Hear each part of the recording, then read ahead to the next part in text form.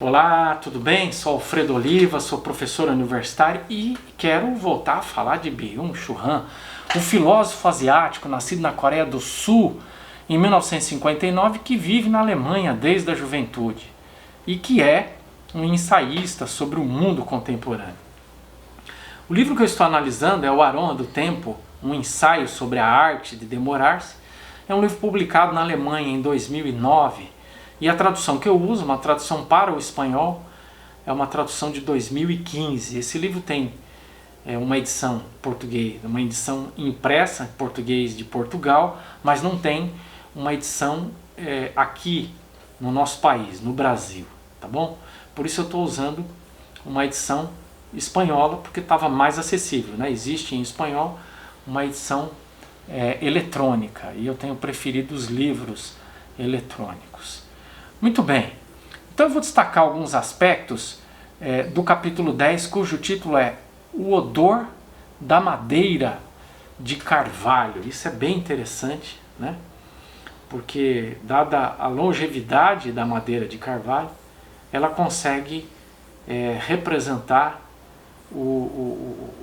de certo modo, até a eternidade, vamos dizer assim, entre aspas, né?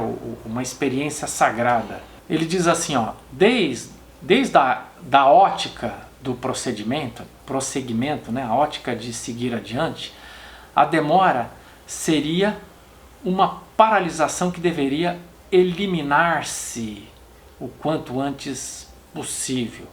A tranquilidade é, quando muito, uma pausa, desde o ponto de vista do cálculo, e não tem nenhum significado, né? Então nós estamos seguindo hoje a lógica da aceleração, do seguir adiante, do ir para frente, do fazer, do realizar, certo?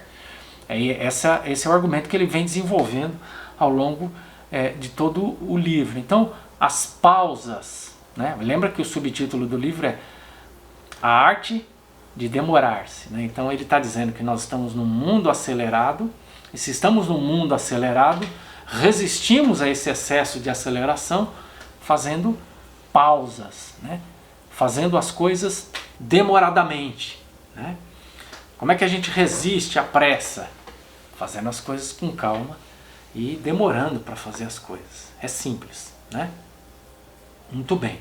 Ele diz assim, ó, agora é interessante porque ele vai começar a entrar numa discussão teológica bastante interessante, né? Ele diz que Deus representa o irrealizável, aquilo que escapa à intervenção humana, né? Pelo menos na nossa teologia ocidental, Deus é aquilo que escapa a toda e qualquer intervenção humana, certo? Quer dizer, você não pode coagir Deus, você não pode cercar Deus, você não pode isolar Deus, né? Se você pensar que do ponto de vista lógico da teologia ocidental, Deus é o eterno, né?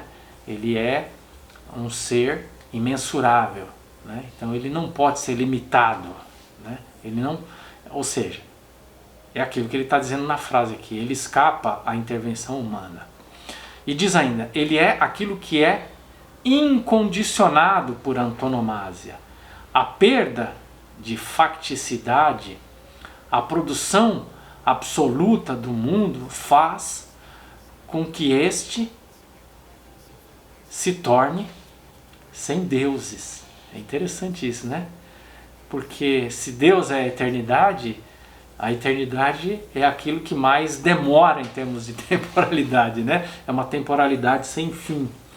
E se o mundo no qual nós vivemos, a aceleração, o fazer rapidamente é o valor supremo, esse mundo tem que ser esvaziado de qualquer divindade, de qualquer Deus, né? É interessante isso, porque como é que vem a experiência com o divino? Ela vem pela contemplação, ela vem pela observação, né? Você vai ter que parar de alguma forma, ou para orar, ou para meditar, ou para observar a natureza, né? Quer dizer, conforme a religião a qual a pessoa pertence, ela vai experimentar o divino de uma forma diferente. Em todas as hipóteses, você precisa parar, você precisa de contemplação, você precisa de atenção, né? Então, um budista precisa meditar, Um cristão precisa orar, não é isso? Um panteísta, ele precisa observar a manifestação de Deus por intermédio da natureza e por aí vai, né? Então, e tudo isso demanda tempo, demanda calma, né? Da nossa parte. O tempo de penúria é um tempo sem Deus, né? Quer dizer, um tempo em que a gente economiza tempo é um tempo em que a gente não pode experimentar Deus. É legal isso, né? Porque ele já desenvolveu uma série de argumentos filosóficos, sociológicos, econômicos, né? E agora ele está utilizando argumentos teológicos, né? Para dizer, olha, sobre todos os aspectos que você quiser analisar, a pressa, a aceleração, né? A falta de sentido, né? De direção para onde nós estamos caminhando, em qualquer universo, ela é uma coisa sem sentido, ela é uma coisa que não é saudável, que não é boa, né? E aqui nesse caso ele está enfatizando, pelo menos nesse capítulo, um argumento teológico. Ele diz assim, ó: somente o ser dá lugar ao demorar-se, porque está o ser, né? Ele está e permanece.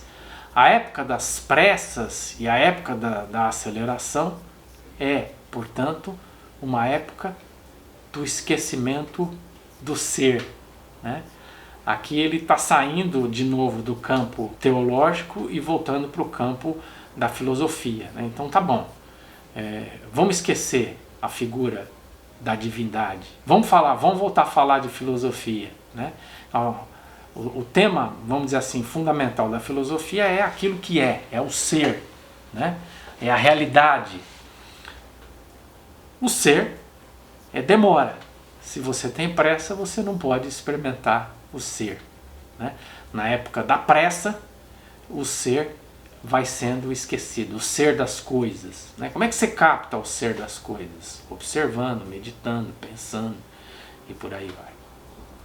Ele volta, ainda no mesmo capítulo, ao argumento teológico. Deus é aquela instância que imprime o selo da vigência eterna a uma estrutura de ordem e sentido.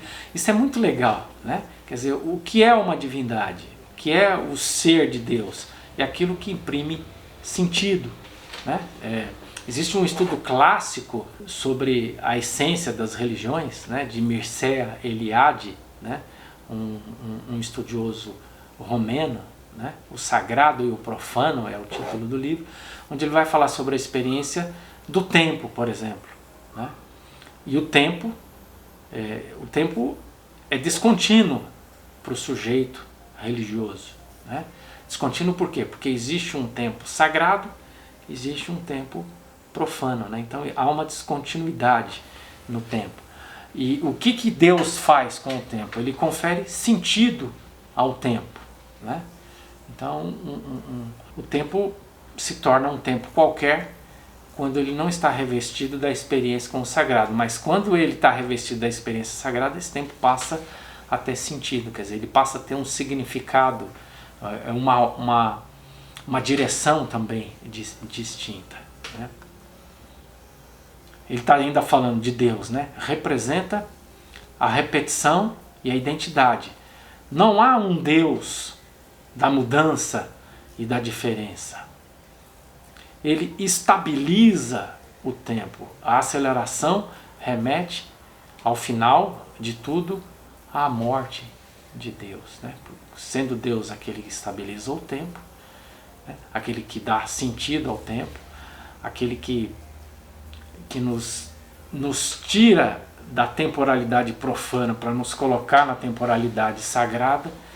Se a gente vive acelerado, se a gente vive obcecado pela pressa, se a gente vive obcecado pelo produtivismo, a gente se torna incapaz de experimentar o sagrado, de experimentar o ser das coisas e, consequentemente, esse tempo se torna o tempo da morte de Deus, né? Quer dizer, você tem que matar tudo, inclusive Deus, para poder o ser humano e o produtivismo reinarem nesse mundo.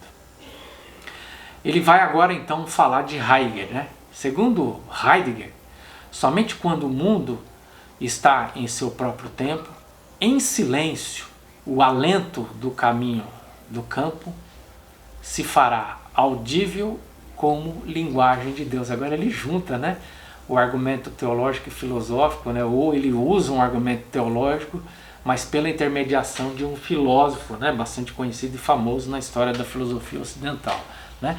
Então, é só no caminho da lentidão, é só no caminho que a gente para, né? É só no caminho do silêncio, da contemplação, ou, para usar a metáfora que ele está utilizando no subtítulo do livro, somente quando nós nos demoramos para fazer algo, quando nós fazemos algo com foco, com calma, com atenção, é que o mundo então passa a falar a linguagem de Deus, né? A gente começa a escutar Deus se expressando nesse mundo.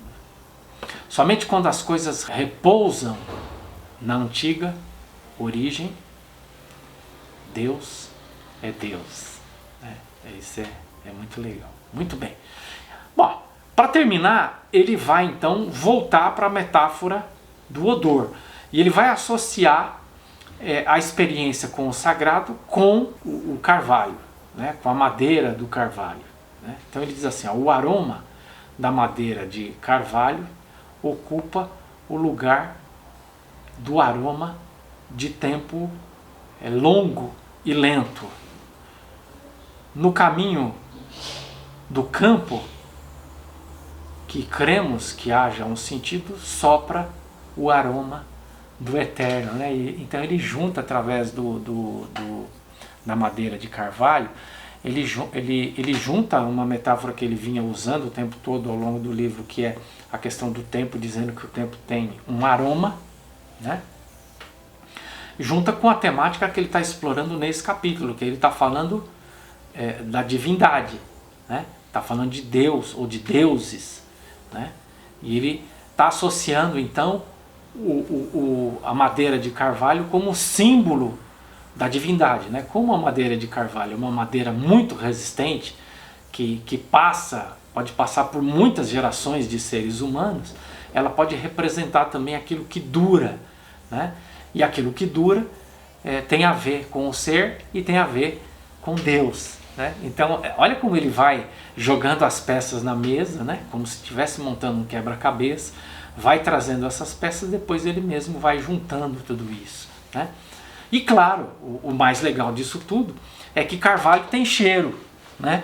Então, essa associação que o carvalho permite fazer com Deus, com a experiência com o sagrado, e essa madeira que tem cheiro, né, e tem sabor, né?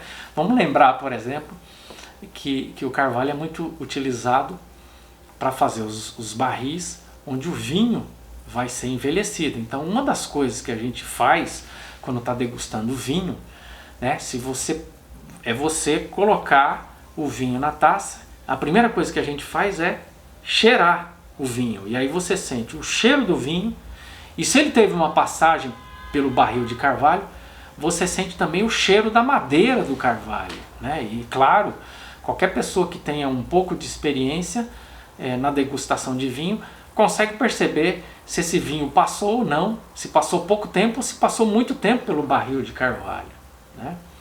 E claro, o carvalho não tem só aroma, ele tem gosto, né? Então quando você, depois da experiência de cheirar o vinho, você também degusta, e quando você põe ele na boca, você consegue distinguir o sabor da uva, né, e o sabor do barril de carvalho, porque o vinho em contato com a madeira de carvalho, ele pega o cheiro do carvalho e pega também o sabor do carvalho. Por isso que o vinho vai se tornando uma bebida tão complexa, né? E a passagem, o tempo que o vinho fica guardado em barril de carvalho, agrega valor também, né? Valor material a esse vinho, né?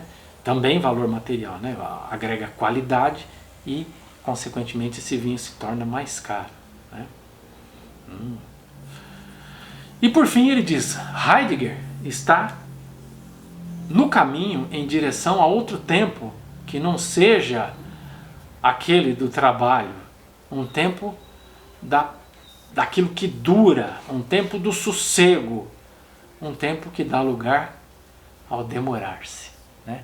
Então ele volta aí para o campo da filosofia, volta para o Heidegger, que é um filósofo que ele gosta e admira bastante, e junta todas essas metáforas que ele vem usando ao longo do capítulo, a Deus, deuses, né? A experiência com o sagrado, a experiência com o ser, com o carvalho e com a arte de demorar-se, né? É aí que a gente experimenta aquilo que nós somos, é quando demoramos, né? E não quando fazemos as coisas com pressa, não quando somos empurrados para o futuro de maneira avassaladora, mas quando nós contemplamos Deus, contemplamos a natureza, contemplamos uma taça de vinho, né? E por aí vai, seja lá o que você quiser fazer, contanto que você faça com pressa e com percepção da temporalidade. Eu acho que é isso que nós precisamos nesse mundo cada vez mais acelerado, tá bom? Espero ter ajudado a compreender um pouco melhor esse capítulo. A gente volta ainda a falar de outros capítulos desse livro interessantíssimo de Byung-Chul Han. Um abraço e até lá!